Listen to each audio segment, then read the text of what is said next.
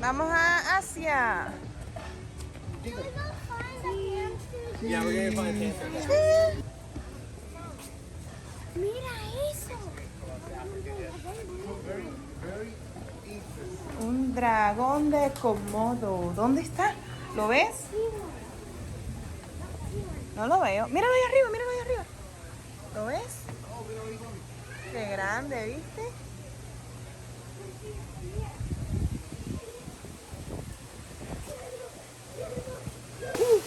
Mamá, mira Se está poniendo una ropa. Mira, Se está vistiendo. se movió.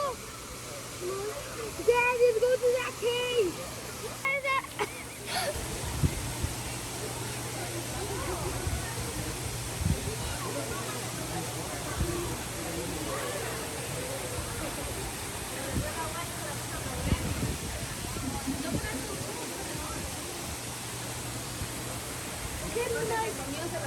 No, what about we go through the cave? We go through the cave. Go.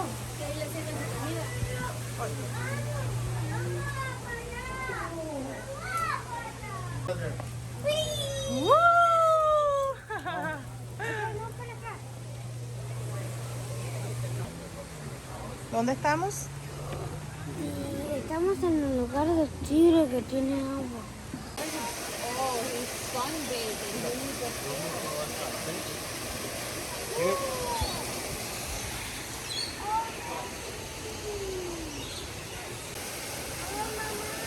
Take a picture. Ok, vamos para aquí. There, he's looking at it. ¿Dónde está? Ahí están los cocodrilos. Sí creo. Vamos para acá. ¿Viste el oso que hay?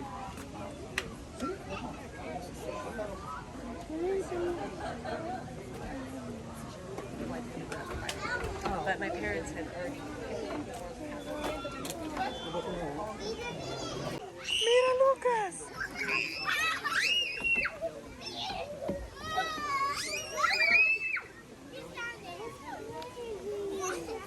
Vamos a ver.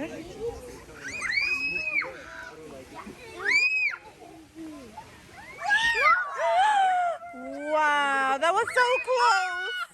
That was so close.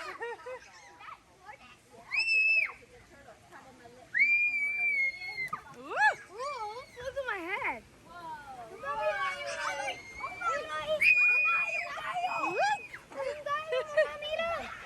Eso es un gallo. Eso sí es un gallo. Mira un gallo. No, colibrí.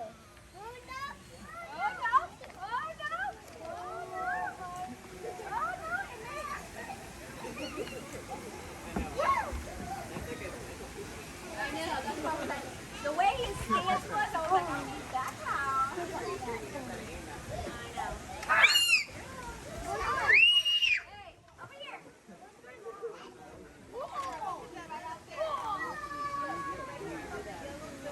He's not scared. It's not scared at all.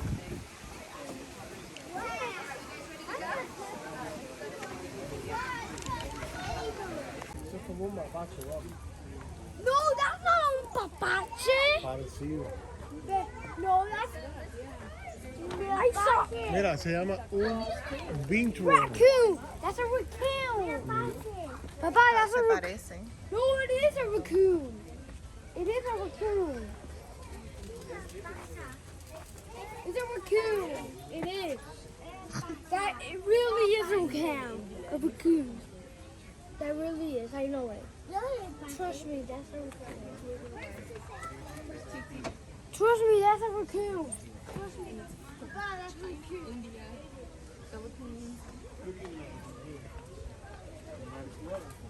Vamos acá. It is a raccoon. ¿Dónde vamos ahora? ¿Para allá? Turtle.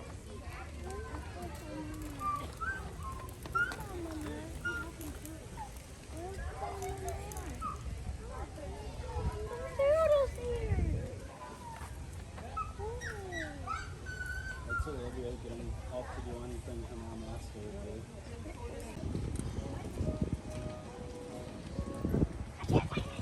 Wait. Yes. This is the cabin.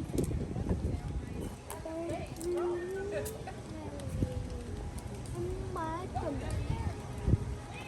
Is that eagle? Mira, papi. Look, go here. Mira, águila qué americana, linda. Mira un águila.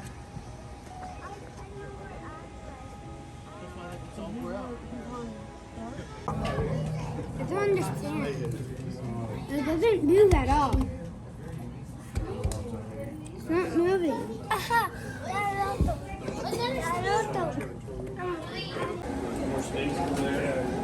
Look at that snake very high. That made me. Mira, mira.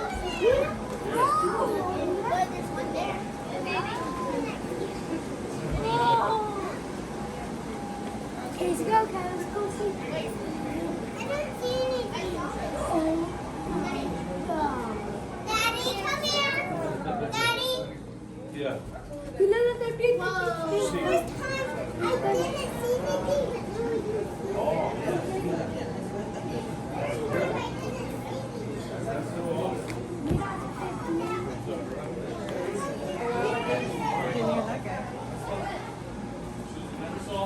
Se la acabar.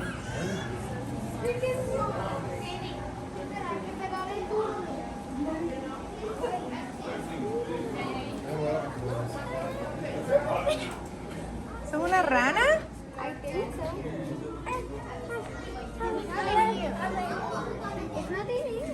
Oh, no, me han picado. Wait, where is that one? ¿Dónde, Kevin? ¿Dónde lo Where viste? is that? Where? Kevin. Mira. Mira. Yeah.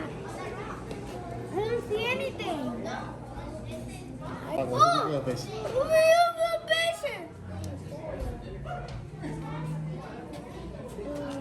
Oíste, Lucas. En la casa vamos a hacer una pecera así con agua salada y vamos a ponerle ese tipo de pescadillo. Mira eso. ¿Viste? No, es una pecera así tan linda, ¿ves?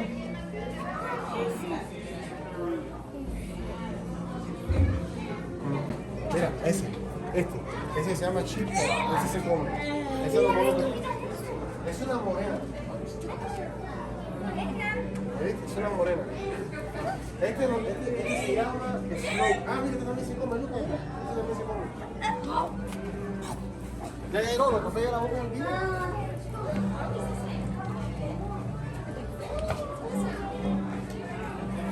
¿Les gusta?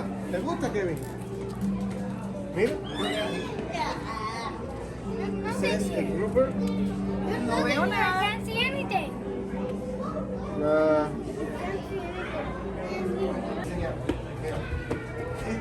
¿Viste esa iguana? ¿Sí? ¿La viste? Es iguana. Estos son jellyfish. The Upside down jellyfish.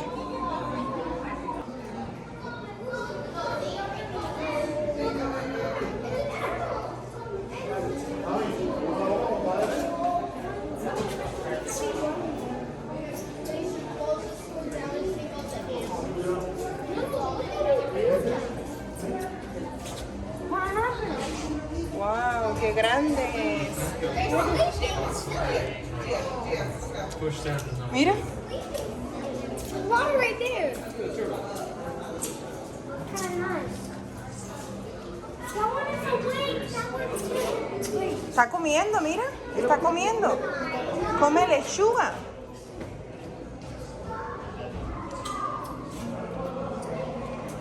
¿Qué es cosa?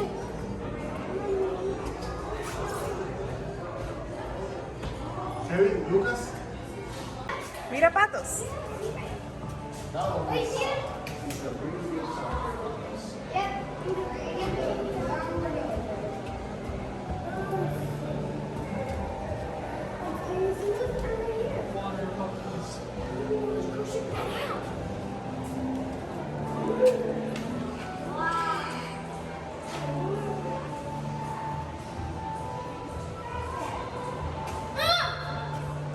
¿Qué pasó?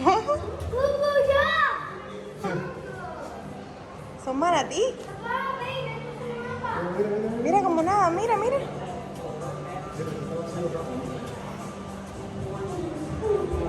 Look, ¿Viste los patos?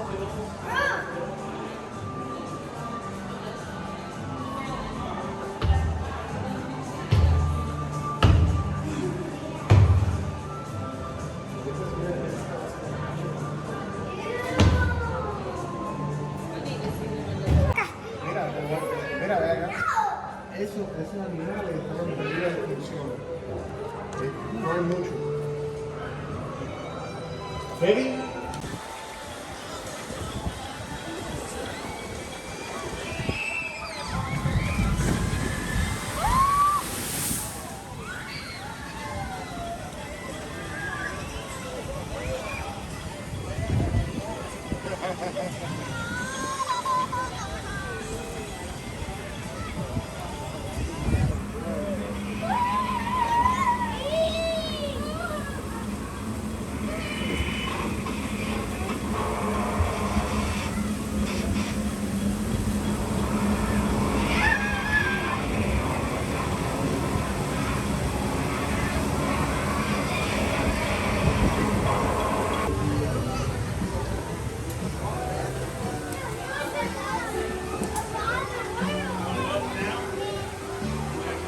Kevin. Hola Kevin, adiós. I love to get the college one.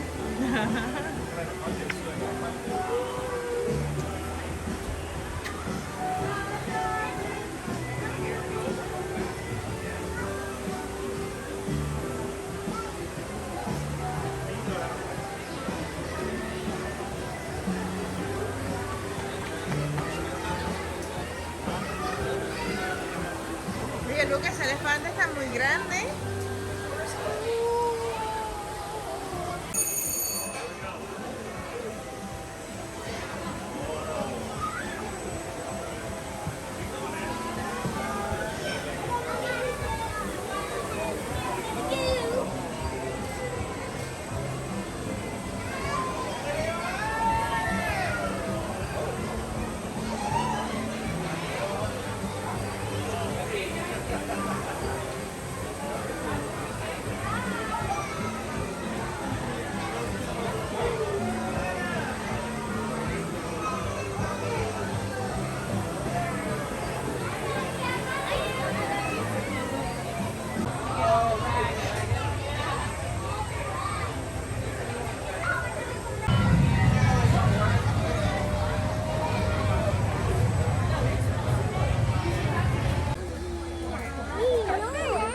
Good. How many in your party? Four? Four. All right, you guys need a row three.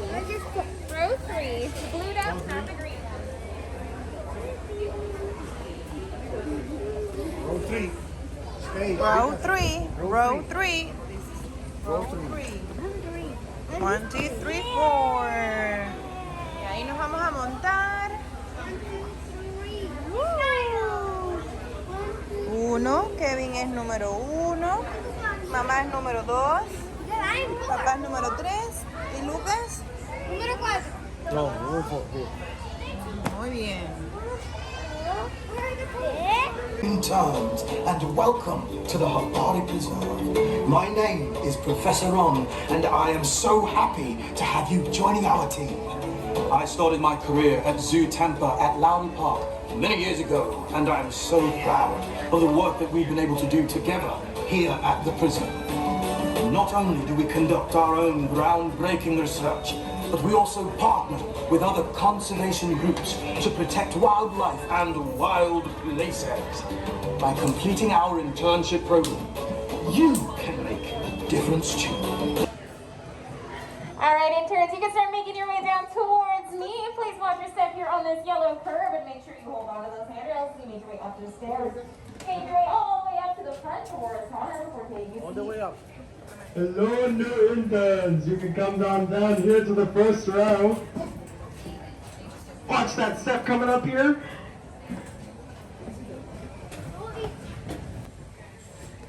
Lucas. Welcome aboard. Go ahead and take the next available row. Wherever you guys feel comfortable.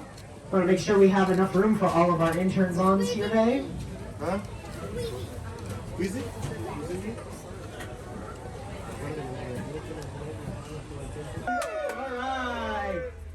first job as interns is to wave goodbye to our first animal sightings off of our passenger side. Goodbye, Jazz. Goodbye, Logan. Thanks for getting us out of here safely. Now, Professor Ron and I have been out here for a few months studying ways animals communicate. Whether social or solitary, all animals have cool information they need to communicate, and they do it in some pretty unique ways. On our passenger side here is our second animal sighting. These guys are golden potus monkeys. Mira, Kevin. Now, golden potus monkeys don't communicate like other monkeys do. You'll see these guys are doing a little dance there, but they're doing it very, very quietly, so they don't make vocalizations. They'll use body language, hand gestures, and facial expressions to communicate with one another. Those two are doing a great job of communicating it there. Now, it looks like after weeks of excruciating travel through the African savannah, we finally made it to the gates of the amazing, the exotic Safari Preserve! Woo! Alright! Wait, do you guys hear music? Oh, no. Alright, everybody, sit tight. I'm gonna take care of this. Hey, Jenny! Jenny, remember that tour we did last year? And the interns, they never came back? Turn the music off. Sorry about that, folks. We won't see any of those animals out here today, hopefully. Wow. Looks like we do have a couple of their descendants. That is an East African crown crane there. Just behind him there is an Eastern bongo with a lovely display of some leaves on his head. The Eastern bongo is related to the cow. They're members of the Bovidae family. Everyone, what sound does a cow make? There's a lack of confidence in that answer, but congratulations, everyone. You just communicated with the Eastern bongo. Now, that East African crown crane we saw, he does have a call that can be heard up to 3 miles away, making them one of the loudest birds on the savannah.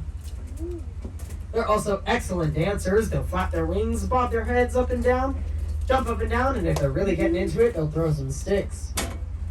Looks like we got some grumpy old men on our driver's side here. Did you say that's your husband? Oh my goodness. Just kidding, guys. Those are marabou storks. Marabou storks don't have a voice box like those East African crown cranes. They'll chatter their bills together instead to make vocalizations. They also have a big pink sac on their throat that they can inflate and deflate to make croaking sounds just like a frog would.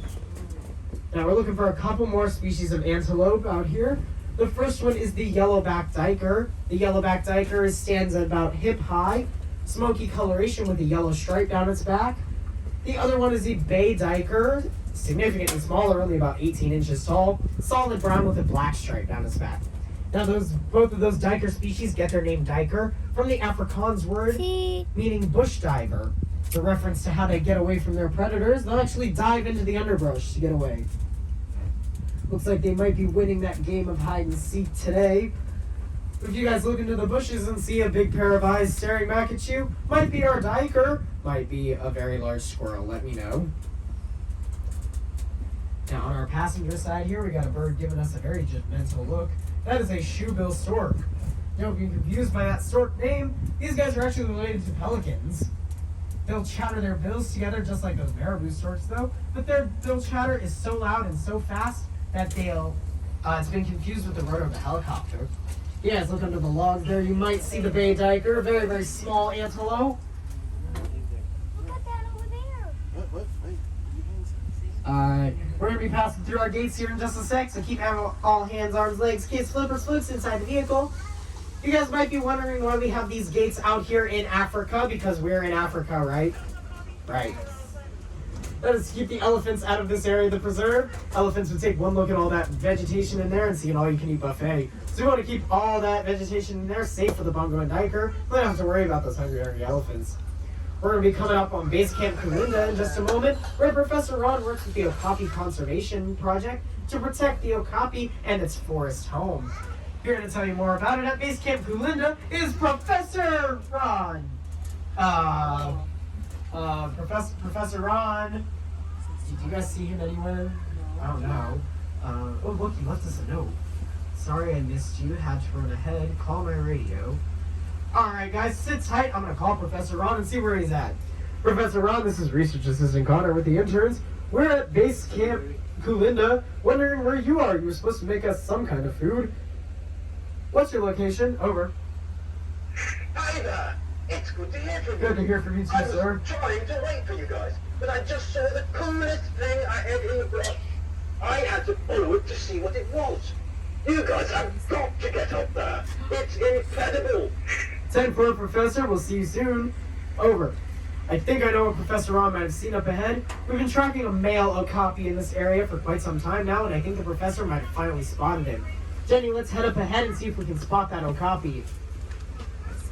Now, the okapi is a very rare, elusive animal. They were not discovered as a species until 1901, and the first photo of a wild okapi was not taken until 2008.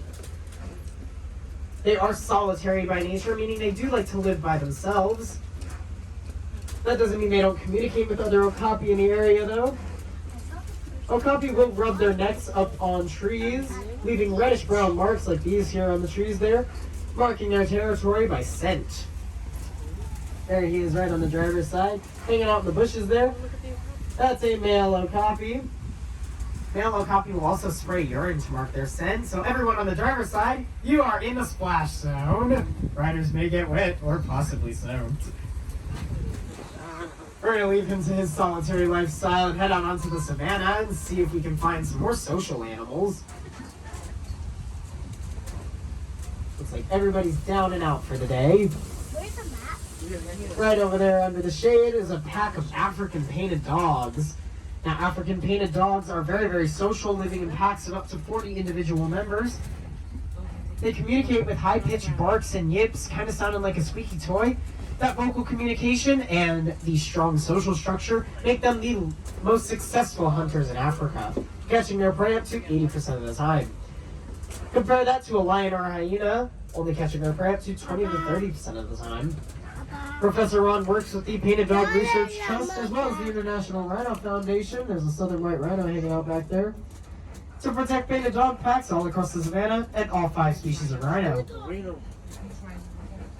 Here to tell you more about our conservation projects at Base Camp Ward is Professor Ron. Oh no. Oh no. The camp looks like a wreck too. He must have left in a real big hurry. I hope he's okay. We did just pass those painted dogs.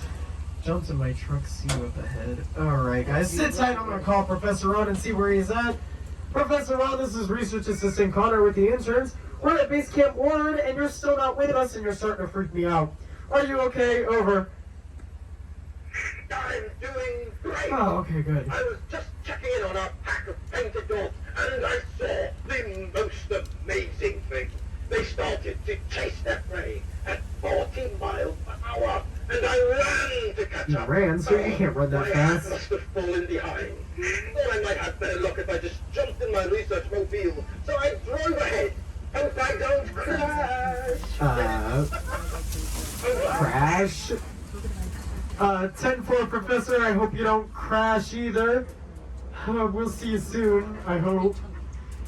Over. Now, Professor Ron is a pretty funny guy. I hope he was just giving us a hint to what animals we might see up next. Now, groups of animals are called many different things. A group of lions is called a pride. A group of dolphins is called a pod. And a group of flamingos is called a flamboyance. Anybody know what a group of rhinos might be called? I just said it. It's a crash. Looks like we got our southern white rhino members of our crash right off our driver's side here. Everybody, 1, 2, 3, say it with me. Aww, there's a baby rhino right out here. There's a baby rhino. That baby rhino is about 4 to 5 months old. She's just starting to get her horn. She is the newest member of our crash. She's so adorable. Now, rhinos will communicate with vocalization like grunting and snorting and grumbling. Adult males will scream at each other, very, very manly of them. While mom and baby, mom will pant to the baby and baby will coo back. They'll also use a form of communication that's a lot less vocal and a lot more smelly. Some of you might have already smelt it. Right on the driver's side there is a big pile of rhino poop. Those guys, that is a communal bathroom that all the rhinos will use. They'll go up to that bathroom, leave a deposit, turn around, take a big old whiff. They'll get... They'll file them down on anything in their environment to style them however they like, just like our hair and fingernails. They are made out of keratin. They'll file them down on trees, rocks, termite mounds. They'll even use man-made structures like these fence posts here, or Professor Ron's research truck. Professor Ron's research truck? Oh no, guys, this is terrible. Who's gonna sign my paycheck? Oh, I better call him to make sure he's okay. This does not look good. Professor Ron, this is Research Assistant Connor with the interns. We're at the Rhinos and we just found your truck and it does not look good. I don't think this thing is ever gonna run again. The interns are freaking out. Thank you. Are you alive? Over. I'm okay. The Rhinos decided to use my research mobile to plow their horse. They got a little overzealous, and one of them punctured my tire. They punctured both tires, sir. I must have left my binoculars behind by accident. Oh no. But I definitely did not need them to see the animal up ahead. It's huge! I'm almost back to the loading dock, so I should see you guys there soon. Over. 10-4, Professor. So glad you're okay. We'll see you soon, I hope. Over. What do you guys think might be up ahead that's bigger than a rhino that Professor Ron saw? Shout it out to me. Elephant. All right, Jenny, let's head up into elephant country and see if we can't catch up with that wily professor. And we wave goodbye to baby rhino and the rest of her crash. Now, African bush elephants are the largest land animals on the planet. Adult males can weigh up to 14 to 15,000 pounds. Females will be a little bit smaller, around the 12,000 pound range. Looks like our matriarchal herd is hanging out over here on the driver's side. Anybody know what a matriarch is? The boss. But females, you guys are in charge. The bigger of the 5 females there is the matriarch. So what sound does an elephant make? There we go. Looks like we have a Maasai giraffe back there as well. Elephants and giraffes will communicate with something called infrasound. It's a low-frequency vibration that'll travel through the ground over miles and miles and miles, and even the elephants can't hear it. They'll pick it up through the pads of their feet, kind of like an elephant long-distance phone call. So even if members of the herd are miles and miles away, they can still talk to each other. We're going to go through our elephant gates here in just a moment. I do need everybody to keep up. Cinnamon colored ones here are the females. Tall, dark, and handsome, hanging out in the back there with those big horns, is the male. Now these guys will communicate just like white-tailed deer do in North America. They'll flip their tails up, exposing a bright white patch of fur. That white fur will signal to the rest of the herd that there is danger in the area and it is time to hightail it out of there. Pun intended.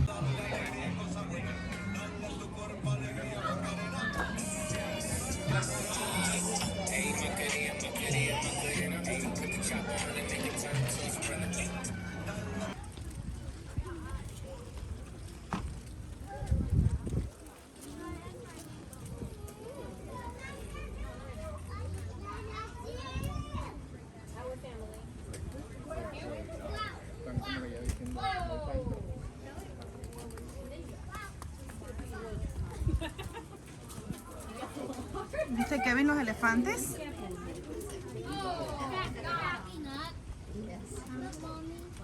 ¿Viste los elefantes? ¿Y viste la jirafa? ¿Te gusta?